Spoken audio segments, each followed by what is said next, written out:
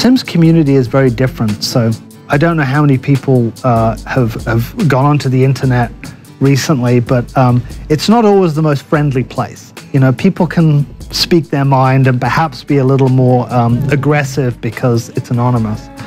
And there are a lot of communities out there that are fairly negative. But the Sims community it's a very refreshing place because it's mainly positive. It's about me sharing my creation with you and you looking at it and commenting on it. And so it's more like a circle of artists, if you like, which is, you know, artist communities tend to be very healthy because everybody's making something, and it's when you look at somebody else's creation, you want to make something else. And so you get that wonderful cycle of creativity and people making each other happy because they're enjoying the whole process. The community is always telling us what they want, and our job is to filter that in such a way, and I think we've done that pretty well all these years.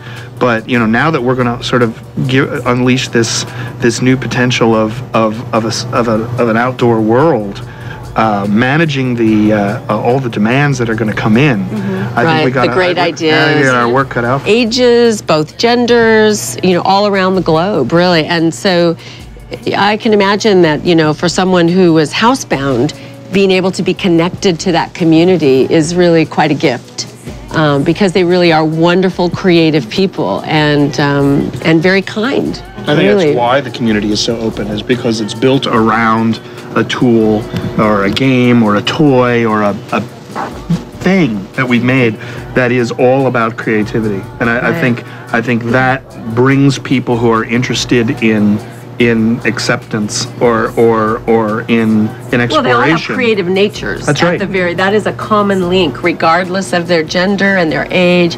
People who experience The Sims and spend time with The Sims are really creative people, and I think that's the commonality of everyone who spends time in our communities.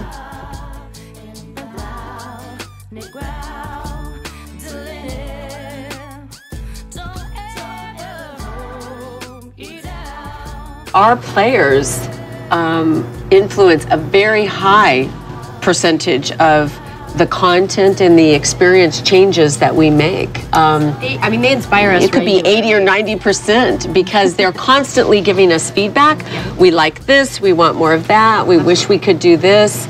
Both in our communities and in our focus groups that we do around the world. And our players are very outspoken, right? They're not shy. They're not afraid to say, I need more of this, or I wish we could tell stories like this.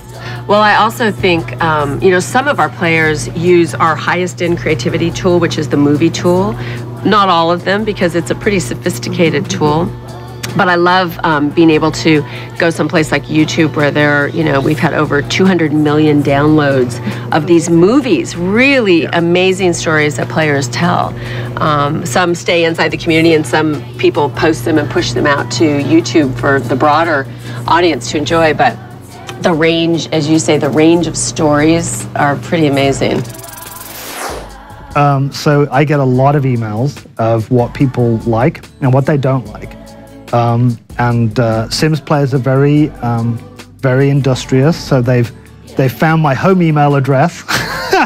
They've been kind enough to contact me there, which is nice, as well as my work email.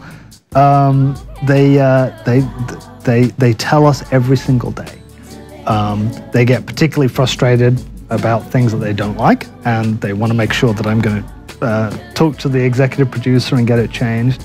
A lot of the things in the community players just make and they share with other players, and that's a service that we support with our exchange. So a player can upload something and then any other number of players can download it.